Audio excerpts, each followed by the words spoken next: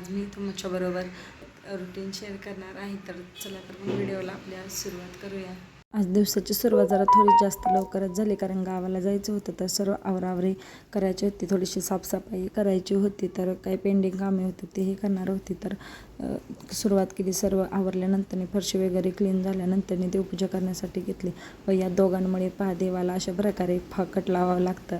त्यानंतर आज मंगळवार होता, तर मंगल कलशही मला स्वच्छ करून भरून घ्यायचा होता. तर पितांबरीच्या ही डीमार्टमध्ये जी पितांबरी मिळते तर ते खूप छान आहे. खूप छान असं पटकन क्लीन निघतं. खूप जास्त मेहनतही घ्यायला लागत नाही. तर मंगळवार शुक्रवार मी अशा प्रकारे मंगल कलश धुवून घेते. त्यामध्ये परत पुन्हा स्वच्छ असे पाणी भरून सुपारी व पैसे टाकून नारळ ओला करून ठेवून देते. म्हणजे ओला राहिल्यामुळे तो व्यवस्थित उगण्यासाठी मदत होतं. तर पटपट असं मी तर देवपूजा करून घेतलेली होती, कारण देवपूजा तर काही जास्त वेळ ठेवता येत नाही अशी बाहेर, लगेच त्याला दार लावून ठेवावं लागतं. तर इकडे मी स्वस्तिक काढून घेतलं व हळदी कुंकाचे 8 रेषा आहेत तर त्या ओढून घेतलेल्या होत्या. त्यानंतर मी ते मंगल कलश मांडून घेऊन देवपूजा ही करून घेतली.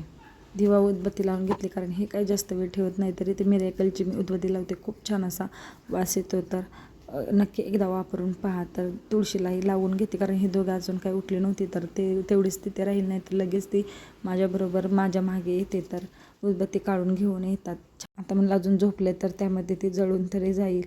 तर त्यानंतर उंबरठा पूजनही करून घेतलेलं होतं. तर त्याला इथे मी धूप व इथे हळदी कुंकू राहिलं होतं, तर ते वाहून घेतलं व स्वस्तिक तर आधीच काढून घेतलेलं होतं. थोडंसं हळदीचं लेपन वाळल्यानंतर छान असं पाया पाडून इथे आज मंगळवार होता, त्यामुळे इथे मी भीमसेनी कापूर व लवंगा आहे तर त्या जाळून पूर्ण घरामध्ये फिरवलेल्या होत्या. खूप पॉझिटिव्ह अशी एनर्जी त्यामुळे आपल्या घरामध्ये येते. नक्की तुम्ही हे करून पहा. तर आता सर्व देवपूजा झालेली आहे. तर चला तर मग आता मी तुम्हाला एक रेसिपी शेअर करणार आहे. तर इथे आता कैऱ्या मिळतात, तर कैरीची एक चटणी तुमच्याबरोबर शेअर करणार आहे. खूप छान अशी खाण्यासाठी लागते. तर इथे मी कैरी 2 ते 3 चिरून घेतलेल्या आहेत, साली काढून, व 2 ते 3 तिखट मिरच्या, टोमॅटो व लसूण घेतलेला आहे. हे छान असे तेलावरती खरपूस असे भाजून घ्यायचे व झाकण ठेवून कमी गॅसवरती भाजण्यासाठी ठेवायचे व त्यानंतर स्मॅशरच्या साहाय्याने अशा प्रकारे स्मॅश करून घ्यायची.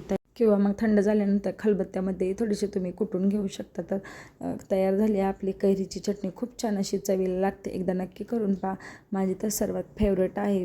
केल्यानंतर कशी झाली ते सांगायला नक्की कमेंट करून सांगा.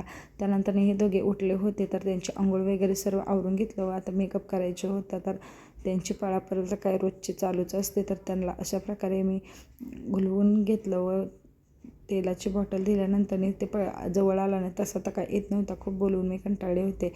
छान असं त्यांचं आवरून घेतलं, जेवण वगैरे त्यांना सर्व करून घेतलं. त्यानंतर गावाला यायचं होतं, तर बॅगा भरण्यासाठी घेतलेल्या होत्या, कारण ते दोघे काय अजिबात मला बॅगा भरून देत नाही. व आता रोजचं झालेलं आहे. फोटो काढायचं म्हटलं की येतो, तर पण तो आज काय झालं तर काय माहीत लाजत होता. त्यानंतर पुन्हा आला व्हिडिओमध्ये फोटो काढण्यासाठी.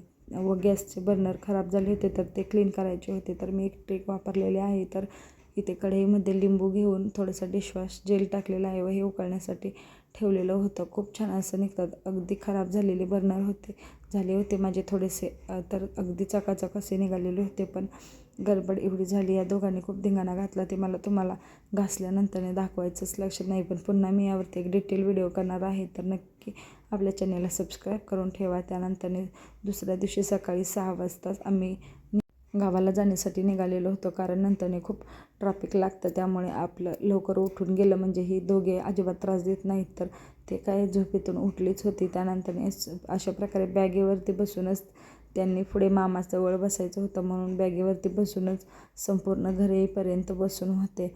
तर यांची तर मस्ती चालूच होते. अजिबात मागे येत नव्हती. घरी गेल्यानंतर दाजीची त्यांची भेट पहा कशा प्रकारे चाललेली होती.